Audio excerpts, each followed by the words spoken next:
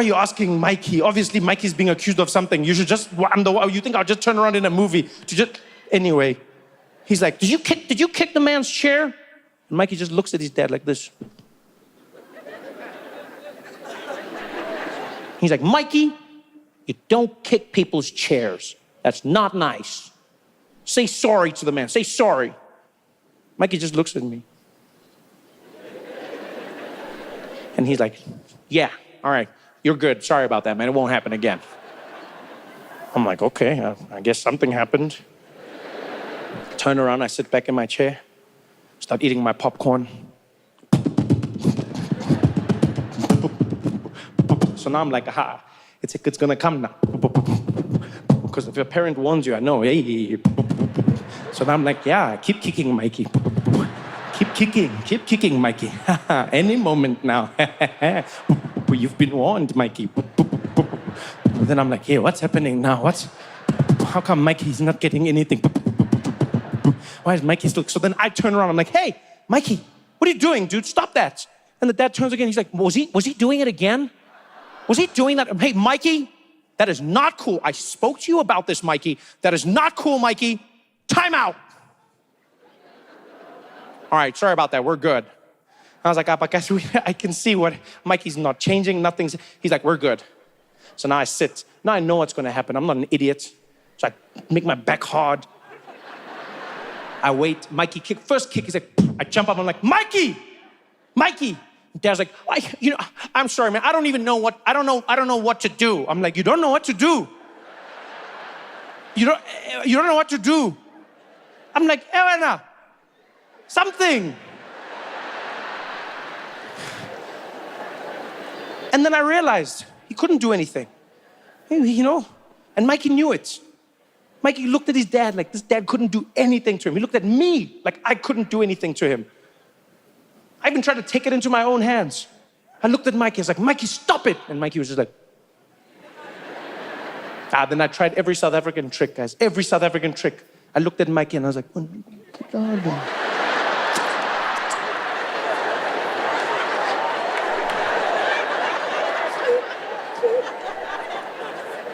and then Mikey looked at me and Mikey was like, shut up.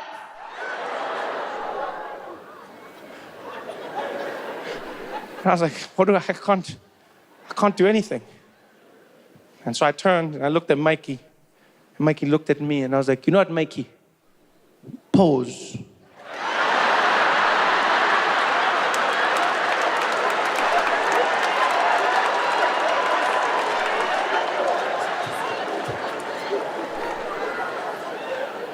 That day terrified me in a way I wasn't ready for.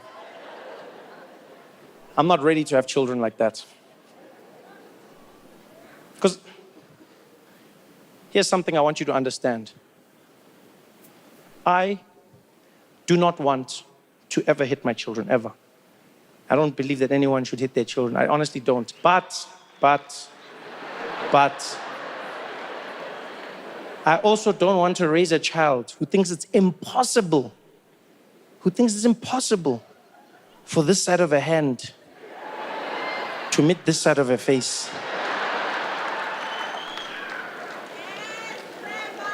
I need the kids to know that there's consequences in the world, even if it's not from me. I promise you no. I don't want my kids, I don't want to hit my kids. I don't want to. But I don't want them to know that I don't want to. Yeah. There must just be a little tension in the house. Just for control. Because now can you imagine I've just got some American kids who don't respect me at all. The house is chaos. No one can do anything. They're breaking things, smashing things. I'm like, stop that. Hey, stop that. Are you listening to me? Yes, Trevor.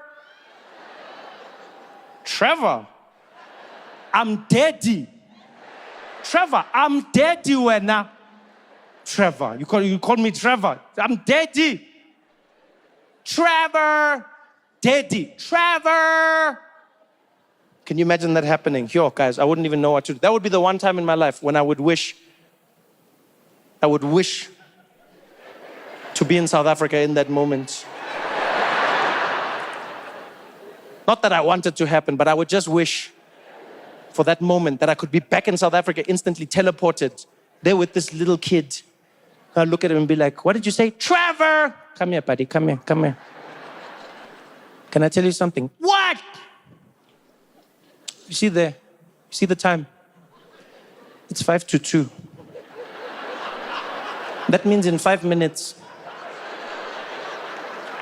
the electricity is gonna cut.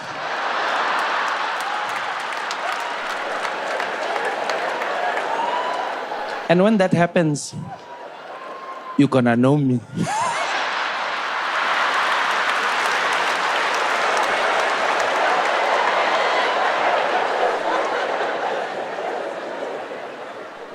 Because it's gotten insane.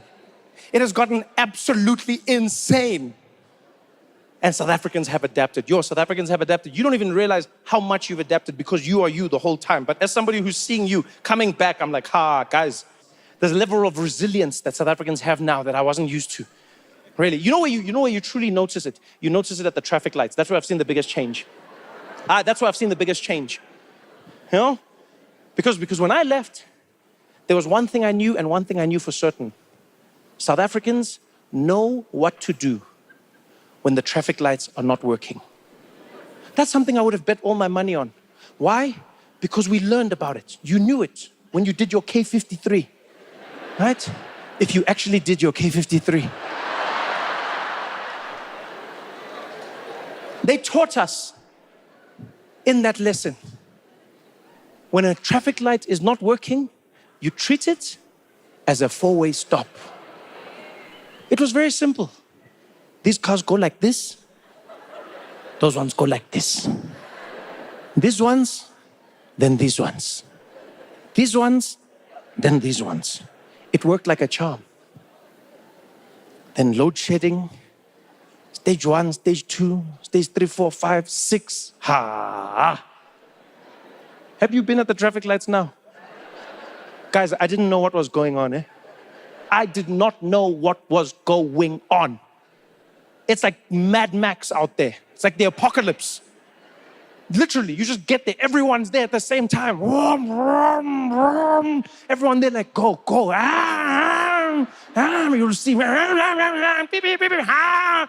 Some people don't even stop. You have no clue what's going on. None whatsoever. It's wild. One day I was in 4 ways. I drove to a traffic light that was out. And I see it from far. I'm like, okay, the traffic lights are not working. I'm driving. I'm getting ready. As I get there, a homeless guy jumps out.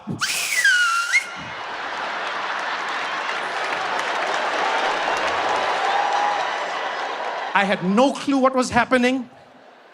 All I see is this homeless guy, and then other ones jumped out. They're all standing there, and then they started directing traffic, and then I don't know what's going on.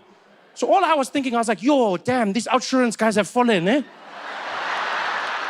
Yes. Then I realized it was homeless guys, and they were doing an amazing job, guys. They were doing a phenomenal job. They were pulling the cars, telling people when to turn, doing what. People were putting 10 rand out the window as they were driving past. They were grabbing it, keeping everybody moving. People were listening. So many people were listening. I could not believe it. One day, you know what blew my mind? We're driving, get to the traffic lights. Everybody stops. Then a police car comes. And stops. Literally, the homeless guy was like, and the police car was like,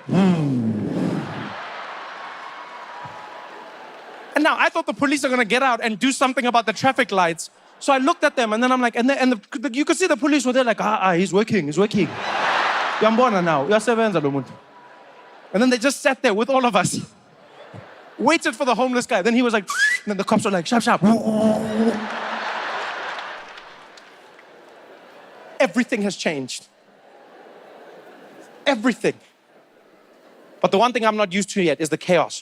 I don't know when to go. I don't know who goes when now. Some people are turning while other people are going straight. Then you're between each other. Everyone's hooting. Beep, beep, beep, beep, beep, beep, even taxi drivers are on the side like, guys, guys, this is not safe, guys. Man. If everybody's a taxi driver, then who is a taxi driver, guys? Guys. That's our thing, man. This is cultural appropriation.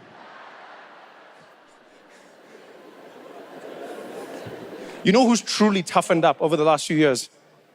Truly, who's truly toughened up the most? White women. I know all South Africans have gotten tougher, but white women, I am the most proud of you. When I was last doing shows in South Africa years ago, white women were fragile. Yo, they were brittle. Any change in direction would crack them. You would see, have you ever seen, you'd see white women back in the days, things would go wrong. They'd be like, I just can't, hey? I just can't. I mean, like, you're living in a country where I swear to God, it's just, because I was driving today and they just cut you off.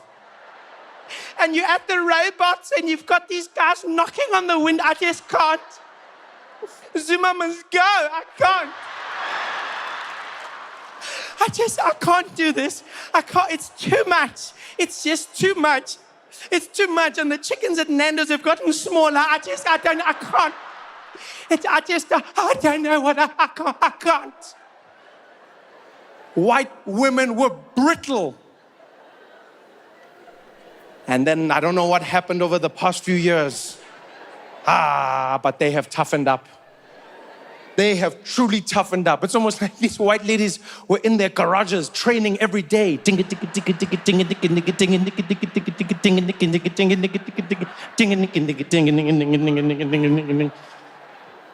have you seen white women at the traffic lights now? Have you seen white women during load shedding at the traffic lights? You better pray to your God when you meet them, eh? They're taking no prisoners. White women now, they've turned into the new taxi drivers, guys. You'll see them driving in during load shedding, peak traffic. They pull in there with their Hyundai Sonata. They've got their arm out the window, accepting any challenger. They're there driving in. You think you're gonna cut them off? Beep, beep. They're like, futsek wena. Ngazongi hutela wena. Apuni kutinga driver la wena. Futsek. Beep, beep. Nawe, hey. Futsek nonke, hey. Ningazong chela, I'm driving here. Papela mina nyon dupula nonke. Nombulala nonke ninam sunweni.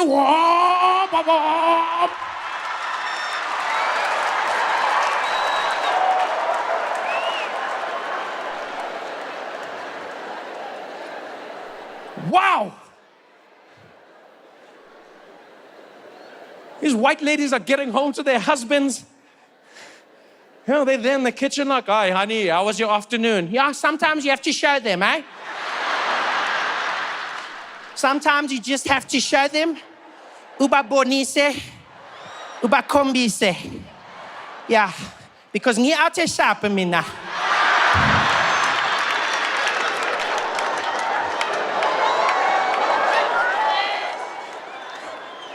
Yo, Pretoria, you guys have been amazing, man. Thank you so much for coming out. I had such a great time with all of you. Johannesburg, thanks for